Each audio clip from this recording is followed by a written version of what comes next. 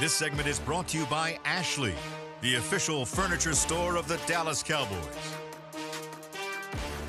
Cowboys win this one 30-10 over the New York Jets. Back here with Barry Church, Isaiah Stanback. I'm Kyle Yeomans. Let's go back out to AT&T Stadium in Arlington, Texas, where Cowboys head coach Mike McCarthy takes the podium. It's like anything when start of the week, you're playing an uncommon opponent, but it's a group that we've had a chance to watch through the whole off season, and just had a tremendous amount of respect for their defense. Obviously went through a quarterback change, and we felt going in that we needed to control the ball, go a long way with efficiency, and the guys did a great job executing the plan. I think we were plus 20 or 20 minutes time possession at halftime, but obviously the score was 18-10. And I think our defense just opened it up clearly with the 4 takeaways. So plus 4. Took good care of the ball. We had a lot going on with our offensive line, but that's complimentary football. That was the outlook going in, and our players did an excellent job. So at least upon preliminary research here, guys, 42-15. That was what the Cowboys finished with in terms of time of possession. 42 minutes, 15 seconds. That's the 4th highest in any single game in Cowboys franchise history. So, you're dominating time of possession against a team like the New York Jets that, at least game plan-wise, you expected to come in and want to control time of possession. But, Barry, it was the Dallas offense that laid down their framework early, laid down the foundation, and took advantage of it. Yeah, I got to get a lot of credit to Coach McCarthy out there. I feel like each and every year he's been here with the Dallas Cowboys, his teams have improved. Early on in that 2020 season, it was a little rough. But since then, he's improved in each and every category. You look at it early on, and a couple years ago, it was the penalties. That was a big thing for the Dallas Cowboys offense out there. He's cleaned those up. That last year it was, we got all these stats. We're the number 1 offense out there, but situationally it wasn't where it needed to be. They were passing the ball a lot, not running the ball, not giving their defense time to rest.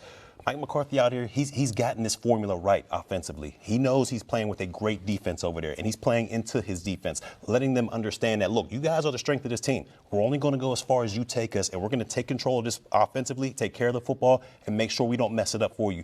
And he's doing a great job of that. His team is playing on all cylinders, and he's getting the most out of each and every one of his players. Everything that BC just said is absolutely correct. This is about complementary football.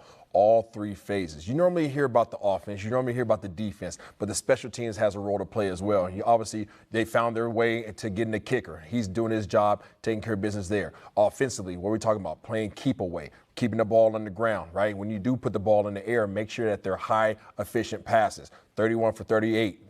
It's 81% passing percentage, right? That's pretty doggone highly efficient to me. You look on the defense side of the ball, you're now leading the NFL with plus 7 turnover margin. This is how you play complementary ball. Last week, there was question marks. Is it the Giants, or were they just that bad, or was Dallas just that good? Well, I think you have your answer now. And by the way, out of the 19 times in franchise history the Cowboys have controlled time of possession above 40 minutes, they are 17-2 in those 19 games. You usually win time of possession, at least at that juncture, at that big of a margin.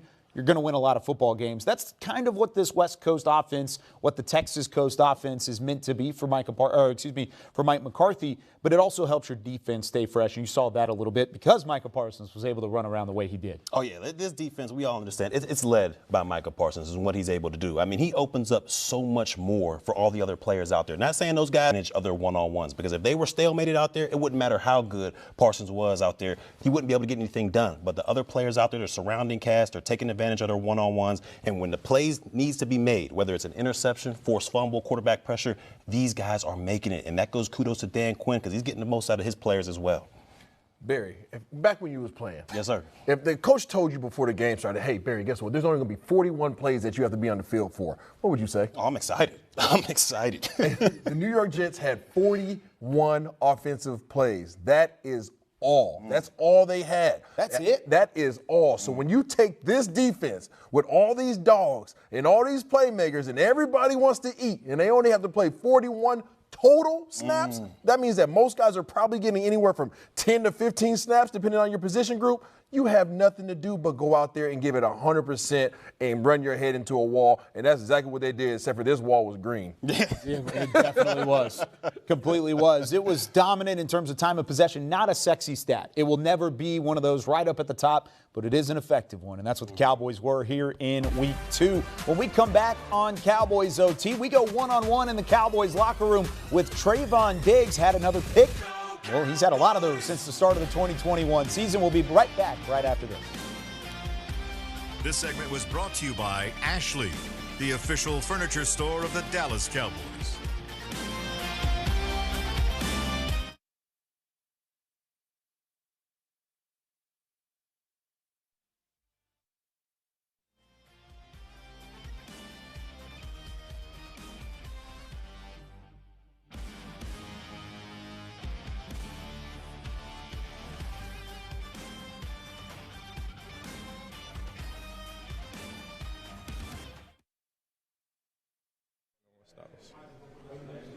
Trayvon, when the defense is getting turnovers and bunches like that, how infectious is it on the sideline? It's very infectious, you know. Everybody's hungry, everybody want to get one. So, you know, I feel like we play off each other, we feed off each other.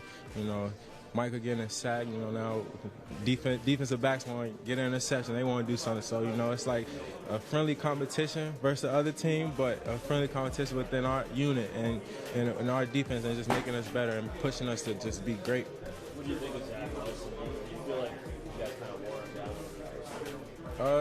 He's a young quarterback, you know. He can make all the throws. He got a very beautiful arm. You know, I just feel like, you know, it's just our day. Making as much havoc as they have the last 2 weeks. What does that do for you guys, you know, mentally back there when your clock speed up, you know that ball's going to have to come out quickly? Yeah, 100%. It changed the way that we play. I feel like when our front seven is, you know, really activated and really, you know, pushing in and pushing to the limit, I feel like the ball does have to come off faster. You know, we got different routes. You know, you see when early in the game, you know, we was getting a lot of pressure. You know, they start max protecting and do things like that. So, you know, we always have to adjust. You know, they make adjustments and we make adjustments and go from there. You go against CeeDee Lamb more than anybody. Yeah. Entering your rest of practice. When he has a game like this today, anything about that surprise you? Just where do you think he can go?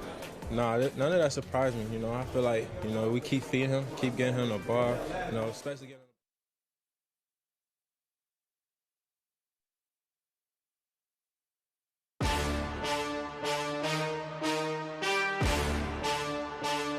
In the final scores, the Dallas Cowboys take down the New York Giants, and we welcome you back into Cowboys OT from the Star in Frisco. I'm Kyle Yeomans, now joined by one of our players of the game, Trayvon Diggs. Trayvon, you got the interception that you've been waiting for to start the season. Great start for the defense overall. Take us through that play and take us through the win against the Jets.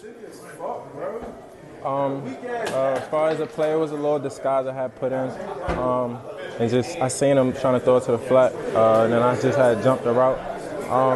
It was a great win. Defense had a great day. Offense was executing. Everyone was executing. So, you know, that's how we was able to sustain, you know, and come up on top and hold in the 10 points. We've talked a lot about complementary football, but it's not just between the three phases, offense, defense, special teams. It feels like the defense is feeding off of each other and off of that energy, playing complementary football together. What's it been like playing with that unit through these first 2 weeks and executing the way that you guys have? It's been good. You know, we've been pushing it, you know, going hard every day throughout training camp, every day in practice, in the meeting rooms.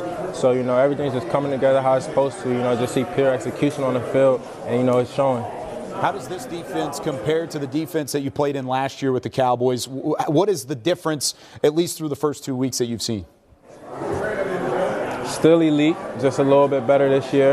You know, it's all about getting better each and every year. So I feel like, you know, last year we was elite, and I feel like this year, you know, we're unstoppable. So you talk about getting better every week. What's one area that you feel like this defense can improve upon going into Week 3 against Arizona? It's always something to improve upon. You know, we got to look at the film, check the tape, see what we did good, see what we did bad. Defensive side of the ball that's been a little bit under the radar that we may not get the storylines for, but has still been doing a phenomenal job. I feel like the whole defense is playing good. Our front is elite. You know, they're going crazy up front, helping us out in the back end. I feel like, you know, everyone's doing their job, everyone's executing. So, you know, it's a long season. You know, I feel like everyone, you know, who's doing what they're supposed to, you know, is going to, you know, do what they're supposed to and just help us win and, you know, get to where we're trying to go. Now, last week you gave the interception ball to Aiden. That was such a phenomenal moment. Of course, it was all over the national media. Where'd you take the interception this time? Did you give it to somebody special? I accidentally threw it in the stands. Accidentally, or was it just a celebration side of things?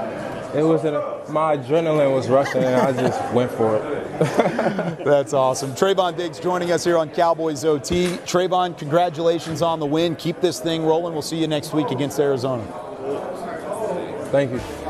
There he goes. And more postgame reaction, of course, coming from the Cowboys locker room at AT&T Stadium after a 30-10 win over the New York Jets. We'll be back with more Cowboys OT right after this.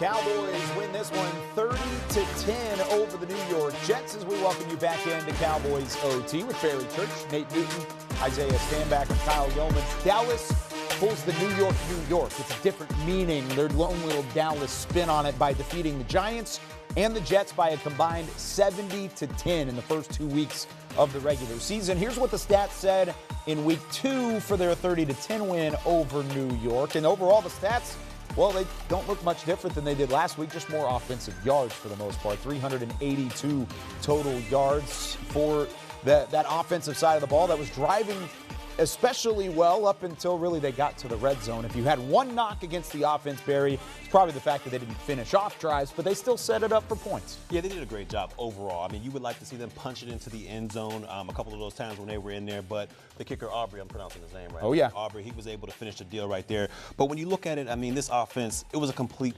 balanced attack. Isaiah, what did you say, 38 passes, 44 runs? Yep. I mean, that's complete balance. We all understand that's when this offense is at its best. That's when this offense is clicking on all cylinders, when they can attack you with a balanced approach. Dak Prescott did a great job taking care of the football. He got close to one. He almost gave Sauce one, but other than that, he did a great job. He was cool, calm, and collected the entire afternoon. This was a great victory for the Dallas Cowboys, and the offense continues to get better and better each week. Tony Pollard just solidly had 25 carries for 72 yards, 2.9 average. But part of this 44-yard attempt that the offense had, he had 7 catches, so altogether he had 32 touches. I would like for that to be around about 22 per game, trying to preserve his body because he's very explosive when you keep him under 25. But with this new offense, this West Coast or what Texas toast or French bread or whatever y'all call it, he going to touch it a lot. So, hey, this is what we do. Mm-hmm. I think the only thing, if we're nitpicking at this point, right, if there had to be something that I did not like, it was the number of pass attempts. I don't like Dak throwing the ball 38 times. That's Kellen Moore era. I think Mike McCarthy era, you want to see him 25 or under. But when you're throwing 81% completion rate, I can't sit up here and complain. Finish off the drives, make sure that you're scoring in the red zone, and try to keep the penalties down. I think they crept up to about 6 penalties today. Want to keep that down so that doesn't get out of hand. Definitely didn't let it get out of hand because the time of possession was just so one way in favor of Dallas. Let's take a look at the up front, the offensive line. No Tyler Smith. Chuma Edoga goes down in the first half. TJ Bass has to play the rest of the game. Isaiah, what did you think about the front five and what they did protecting for Dak Prescott? It wasn't always pretty, but it got the job done. It's not a pretty part of the game. I mean, that part, the big nasty, the big Nate Dogg and them, it gets Rashi in there. But at the end of the day, they did their job, right? Dak Prescott wasn't on his back. He didn't feel pressured. He had time to sit back and throw with confidence, obviously throwing for 81% completion rate. I think TJ Bass came in and did a good job fulfilling his role there. He had some rookie-ish mistakes. Tyler Biadasz continues to find his struggles with some of these bull rush type defensive linemen who are just bigger than him. But overall, they worked well as a unit and mission complete. I tell you like this here, it was ugly for the offensive line, but they battled. And that's what you asked for. You asked for 5 guys to come up there and play as one unit, and they fought. And we talked about in pregame about the leverage, the positional leverage, the physical leverage. A lot of times it wasn't going in their favor. Our right tackle kind of struggled. We had the young guy Bass come in. They kind of struggled. But what they did is they played through the pain. They played through the ups and downs. And one thing that you want to go to war with, because these guys are going to fight and scratch and claw to the very last play. They had some injuries out there, and they were going against an awesome front. I mean, we looked at, Quinnen Williams and those boys. Those are some elite players on the defensive line. But these guys scratched, clawed, and fought to the very end. The Dak Prescott wasn't on his back like that, but Tony Pollard was able to get those lanes. And it was because of the offensive line going against those dogs on the New York Jets side. So to me, I would love to go to war with those guys each and every time. Now, I asked this question last week as well in the 40-0 win over the Giants, but what was the most impressive part of the defensive front or the defense in general? I mean, secondary, front seven, linebackers, they all played well. Which one impressed you the most? I got to go D-line. I mean, because once again, those guys are just eating. They're eating on everybody. Micah Parsons is opening up one-on-ones for everybody, and they're taking advantage of that. The secondary and the second level with Van Der Esch and Damone Clark, they were awesome as well. But it all starts with that defensive line, and they got it started early and often this afternoon.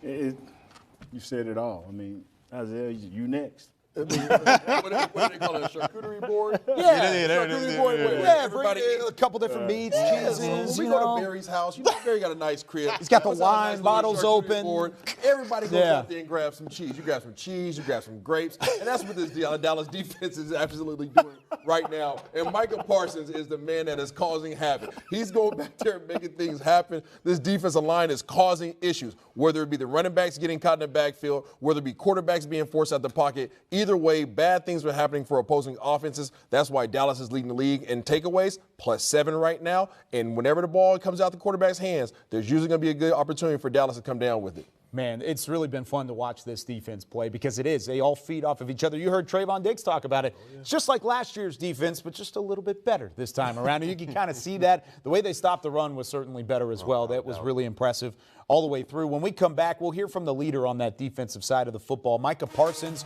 with 2 sacks today. The pressures, again, were off the charts. We hear from the Lion when we come back with more Cowboys OT.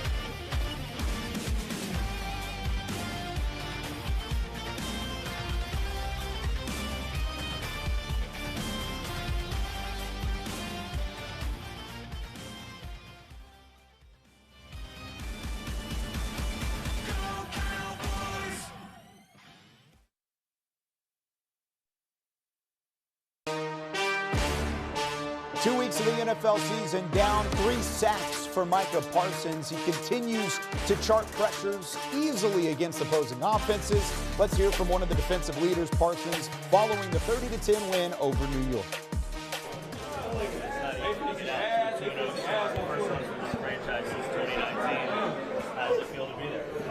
It feels great. It's always great to go out and get a win, especially in good fashion. The way we know how to play ball. It's kind of expected to where we want to go. The offense didn't make you guys be on the field very much today. Can you just talk about how that helps you? Yeah, the efficiency, keeping us fresh, keeping us going. Obviously TP and that run game's looking great in the O-line, so very big kudos to them. Michael, coming off of last season, one of the main things you wanted to make sure the defense improved upon was finishing games when you get big leads. You did it in New York, you did it here against the Giants. Talk about how important it is to continue to do that going forward. Yeah, it just means that you're improving. Those little things you talk about, finishing games, closing them out, smothering people, not giving them that hope and dream that they could come back in this game and think they're on the same playing field as us. That's the type of things you want to see, not the constant repetition. That means you're not learning. So I'm very happy where we're at right now. Sacks feel good, hits feel good, but how does it feel for you when you draw these holding penalties and they got a hold back? It's worse because that means you're not getting to where you really want to be. But that's part of the game. But I just got to find ways to get off them and still finish the plays. Take us through your fumble and the recovery and what you thought, obviously, at the moment was going to be a touchdown. Yeah, obviously, been telling the guys all year, single bag, bunch to your side, whether they motion or how they try to portray and look to it, there's always a 70% chance at crack toss. Instantly read the play, came over top, to see the play. He tried to find a way for me, so I just kind of grabbed the ball because he exposed it. Where I grab one and get up, do what I do, and get into the end zone. That's kind of how it is. Yeah, I definitely think I still got my running back skills. It's a little rusty. I want to be more fluent in my cutbacks and my jukes, but, we'll take it how we get it. Jerry talked about how your work ethic is what stands out most to him. How do you kind of, go full out on every single play, and how do you recharge? Man, I'm just hungry, bro. To me, it don't matter where I am, where I'm at. I'm coming. I don't care if I'm gassed out, my lungs hurt. Mind over matter. I think every time I'm out there, I seize every opportunity. Unlike some guys, man, they take this opportunity for granted. I take this extremely to the heart. This organization changed my life, so I'm just trying to give everything I had back to the fans, to Mr. Jones, and all my teammates. Robert Saleh was talking about you before the game. He said that you're one of the most destructive players in the NFL. Let me ask you this. Who's the most destructive player in the NFL? I'm not going to answer that. I'm going to just let, the people answer that and let me know what y'all think and just see what I face and what other guys face, and y'all tell me. I'm going to say you on that. Only 16 yards between Breece Hall and Dalvin Cook. The run defense, how proud of you of that? Extremely proud. I think this offseason we committed to say we're going to make these guys pass the ball. We're going to force them to let us rush. And when we come out and we come down and set the tone saying you won't run on us, and then we go get our sacks, now that's what changes everything. So to all the teams with them game plans, come on, run at me, run at whoever, we coming. Michael, was that first sack the fastest sack that you had in your career? No, I think the Atlanta one might have been a little faster from rookie year, but, it was close to it. Like the shadow, every 2 weeks with the shadow right now, this is the best team in the NFL. What do you feel? Once again, I'm going to let the play keep speaking for itself. I ain't going to speak too far in the future. I'm going to worry about now and what's going on right now and continue to get better with my guys and continue to prove why we're going to be one of the most dominant teams in the NFL. Personally, has Defensive Player of the Year been a goal for you in your career? When I talk about Defensive Player of the Year, I don't look at the subject of the award. I look at the subject, and when I say I want to be the best player in the NFL, so whatever comes with that, I don't think just qualify myself as just a defensive player. I think I'm a most valuable player. Michael, what's the headline on the Edge this week? it might just be week 2, but those are some strong words from Micah Parsons, and he's earned the right to say something like that with Barry Church and Nate Newton. I mean, he's played up to that caliber of level through 2 weeks of the season. Yes. There's still 15 games left. Let's not get it twisted. There is a long way to go for him to actually be in that conversation. But at least right now, he's done everything in his power to at least start in the conversation. Oh, without a doubt. I think he's leading it right now as well. You're talking about that conversation. But there's 2 things that kind of stuck out to me when he was talking right there. One is that he talked about that forced fumble that he had. And he broke it down. He said when the wide receiver's position at this whatever position is at, 70% of the time it's going to be a crack toss. So that goes to show me he's not just going out there on raw athletic ability. He's a student of the game. He's studying film out there to make these plays. And secondly, he talked about killing the other team's confidence. Last year, there was a couple games, Houston comes to mind, Indianapolis comes to mind, where they played down to the level of the competition. I know it's only a small sample size right now, but we haven't seen them play down to the level of competition. These guys are killing confidence of the teams early and often and dismaying all of that comeback talk. And 4 tackles, 2 sacks for 12 yards, 4 quarterbacks hits, 3 tackles for losses, 1 pass defense, 1 fumble forced, and 1 fumble recovery. When you do this week in and week out, this guy does this some form of this week in and week out. He's telling us, like you said earlier, Church, he's telling you, let it speak for itself. Let my later. Just a reminder, there were 4 players, at least last year, that received first place votes up at the top of the Defensive Player of the Year voting. Micah Parsons was not one of them. Still finished in second, but he did not get a first place vote. Maybe this is one way that he can continue getting in that conversation, is not only his statistics, but the statistics of the defense as a whole. I mean, you come through again with 3 more sacks. You have 5 quarterback hits. They've continued to pressure opposing quarterbacks. Daniel Jones in week 1, Zach Wilson here in week 2. They have not allowed for a whole lot of time to be effective on offense, and it has really suffocated the 2 New York teams in back-to-back weeks to get things started. But when we come back, we talk offense. We got to go to the offensive side of the football. Give some love for CeeDee Lamb, who had 100 yards receiving in the first half alone. We'll hear from CeeDee when we come back on Cowboys OT.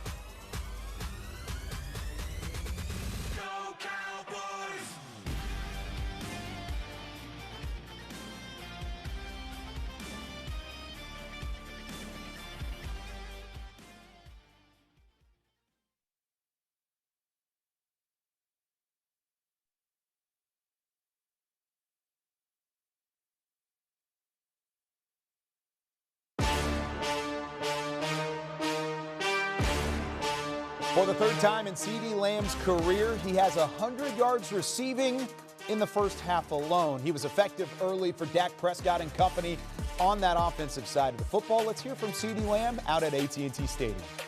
CeeDee, great game, great victory. You surprised at how many passes you were able to catch this first half? Not necessarily. This offseason we put in a lot of work, got in a lot of time together, so just coming here and actually letting it, showing the season, I mean, it just proves the offseason work actually translates. Just our great defense. Were you surprised that they didn't have somebody travel with you since you were making so many receptions? I don't know. I mean, if they do have somebody travel, they're gonna be mighty tired because I do a lot of motion. So, but I mean, whatever their D coordinator decide, we'll be happy with. How big was this victory for you guys to go 2-0 now and score over 30 points 2 games in a row? It was always big, man. We week in and week out, we trying to collect, 1-0, and having that mindset of seizing everything and playing together and dominating. And finally, were you able to show some things you couldn't do in the rain last week in New York? Nah, just letting it loose every week. Something different. I mean, it's just what happens in a game. Congratulations. A couple of big hits on plays popped up real quick. I mean, what were those moments like, and just why was it important for you to make sure everybody knows you're okay on that game?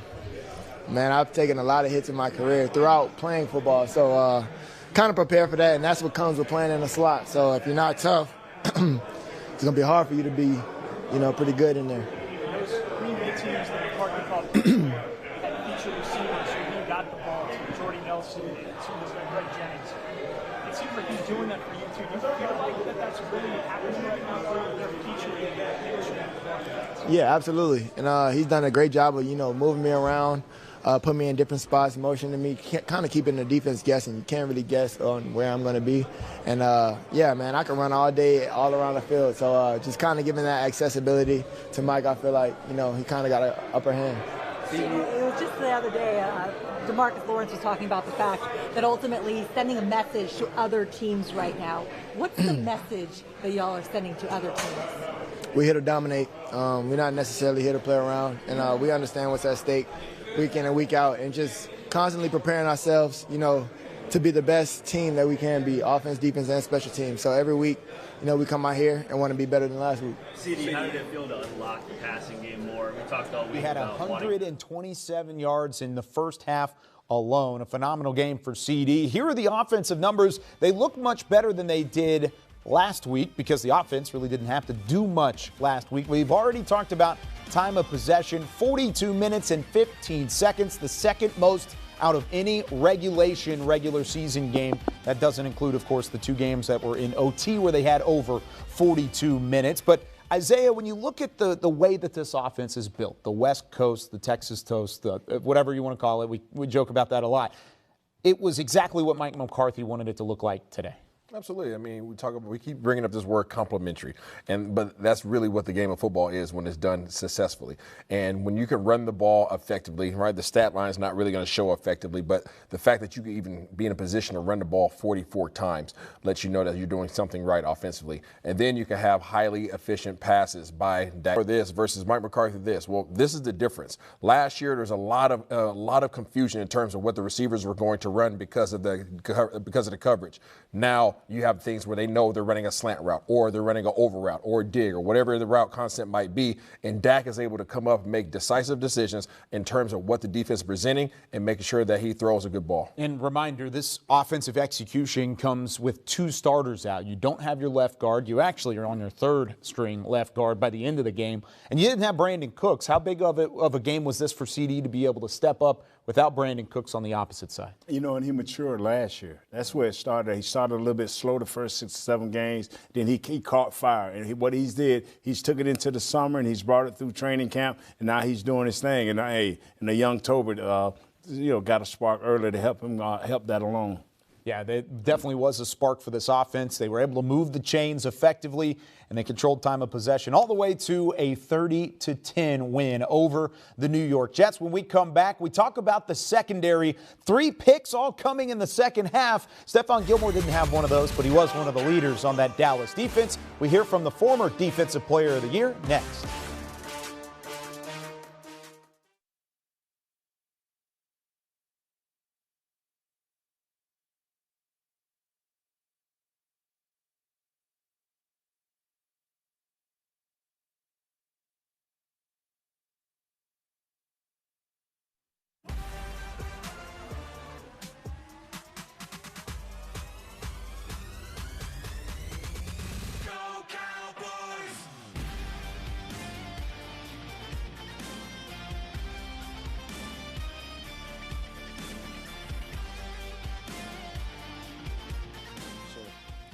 this was going to be a heavy lifting day for Tony, and he carried it. Mike, CeeDee had, I think, 11 catches, close to 150 yards. Very few of those were where he's matched up against Sauce Gardner. Did his versatility allow you to move him around and avoid that matchup or create more favorable ones? Well, I mean, we really look at it from our side of it. You know, I mean, if you go back to training camp, and even last year, we've been moving CeeDee around. You know, and we were, you know, with Brandon's injury and not playing today, we were expecting, you know, some more double. Cover one double CeeDee because he's been seeing that of late. So, yeah, moving him around is frankly just part of our offense. Mike, this is 2 games now. We're asking you all off season about Dak's interceptions. No interceptions, really only come close on one throw. Just his efficiency in these first 2 games and how he's running, what you want to do differently in this offense this year. Yeah, I just think, you know, we've had time to, you know, look at the past, learn from it. But this is a new year. Every week's a new challenge. This was a huge challenge for us. We had a lot of moving parts in our offensive line. Just really proud of our young players to go in there and you know, keep it going in the 4-minute mode type.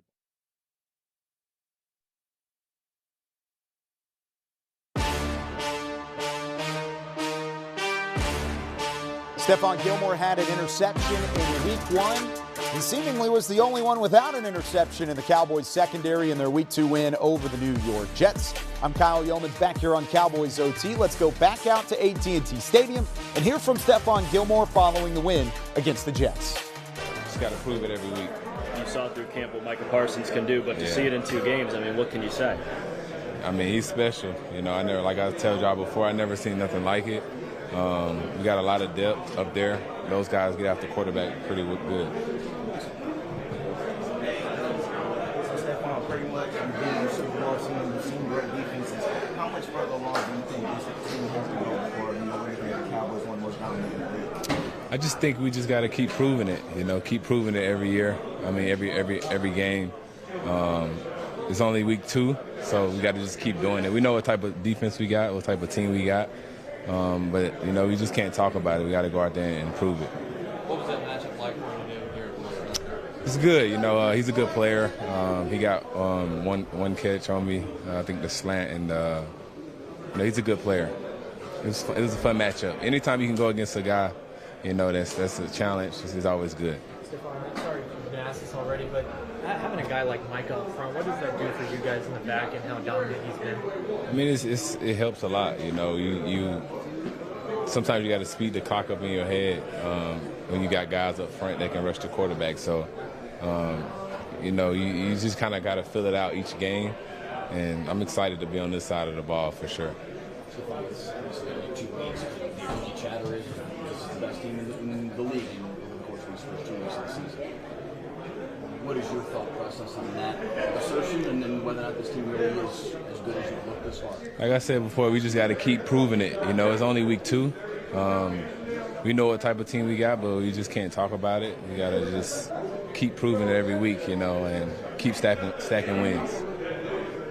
Cowboys keep stacking wins and also stacking turnovers. They have 7 through the first 2 weeks of the regular season, averaged out over an entire 17 games. That's 60 receptions, 60 turnovers, 60 takeaways. That's what the pace is for the Cowboys so far. When we come back, though, on Cowboys OT, we take a look ahead to their Week 3 matchup, see if they can continue that pace on defense.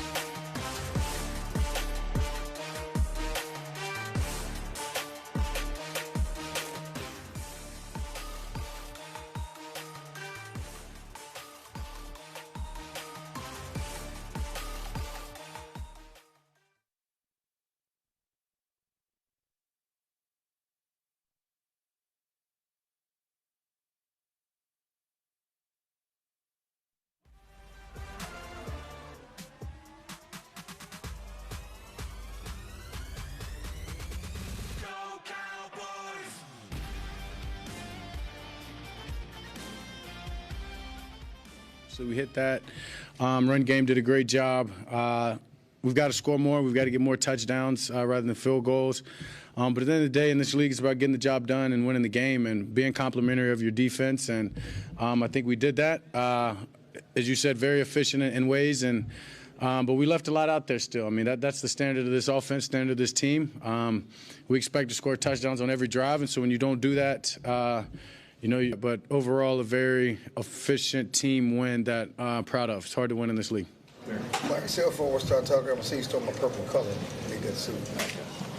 It's pink. It's mauve, actually, if you want to be. It's mauve mixed with the blue, so Okay. I'll let you have the purple. Okay. Mike McCarthy is usually a defer guy. You know, you guys took the ball today on offense and certainly had a great opening drive. Just talk about the excitement of wanting to be on the field and really put the offense out there today. Yeah, I mean, you got a good game plan.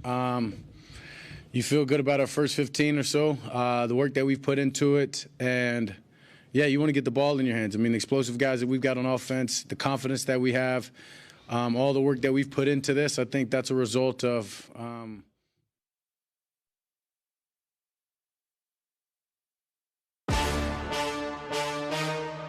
The Cowboys OT was brought to you by Sleep Number, the official sleep and wellness partner of the Dallas Cowboys, and by Blockchain.com.